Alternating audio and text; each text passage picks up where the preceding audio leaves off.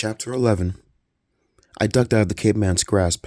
With another frightened groan, I grabbed the flashlight off the floor. I planned to use it as a weapon, to shine it in the caveman's eyes or swing it at his head. But I didn't get a chance. I froze in horror as the beam of light bounced down the tunnel, and I saw the rats. Hundreds of them. Hundreds of chittering, gray rats. The darting light made their eyes glow red as fire. The rats came scrabbling over the sewer floor, snapping their jaws hungrily, gnashing their jagged teeth as they came charging at us. Their shrill whistling and chittering echoed through the tunnel. The terrifying sound made my breath catch in my throat. The tiny red eyes glowed in the light as they scrabbled toward us.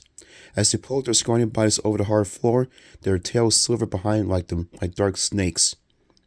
The caveman saw them too.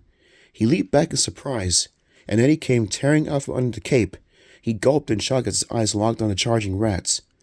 "Jump!" I cried. "Eddie, jump!"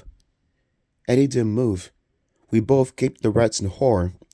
A churning sea of whistling, chewing, red-eyed rats. A living tidal wave of rats. "Jump! Jump now!" I shrieked. I raised both hands. Jumped. Eddie jumped too. We grabbed onto the metal rungs embedded in the sewer roof. Pulling myself up, I frantically lifted up my feet as high as I could from the floor. Higher, higher, as the rats charged underneath me.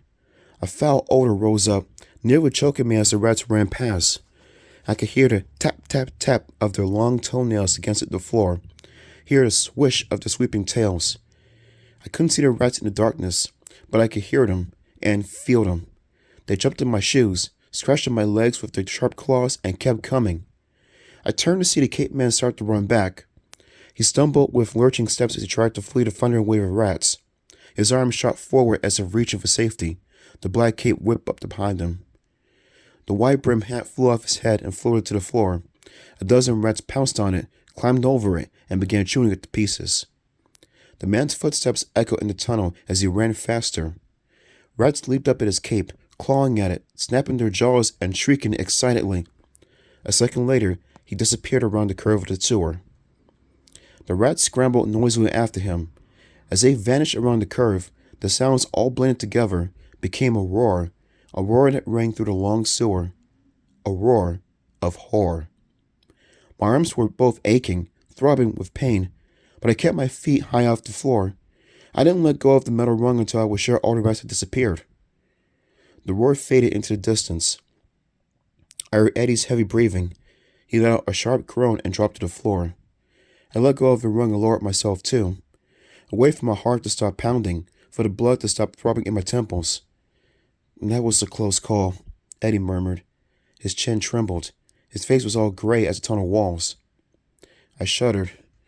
I knew I'd see the hundreds of tiny red eyes in my dreams, hear the clicking of their long toenails and the swish of the scraggly tails. "Let's get out of this disgusting sewer," I cried. "Mrs. Starks must be frantic searching for us."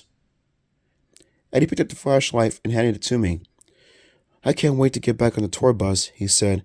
"I can't wait to get away from this awful tower. I can't believe we've been chased by a crazy person through a sewer. This can't really be happening to us, Sue." "It's happening," I declared, shaking my head. I suddenly had another thought. "Mom and Dad are probably out of their meeting," I said. "They're probably worried sick about us." "Not as worried as I am," Eddie exclaimed. I beamed the light ahead, keeping it down on the sewer floor, and we started walking. The tunnel floor rose up and the curve to the left. We started to climb. "There's got to be into the sewer," I muttered. "It's got to end somewhere." A faint roar up ahead made me cry out, "More rats!" Eddie and I both stopped and listened. "Hey!" I heard excitedly when I realized it was a different sound. The sound of wind rushing into the tunnel. That meant we had to be close to the end, and that the sewer emptied somewhere outside. "Let's go," I cried excitedly. The beam of light bounced ahead of us every time we started to run. The tunnel curved again, and then suddenly ended. I saw a metal ladder reaching straight up to a large round hole in the tunnel ceiling.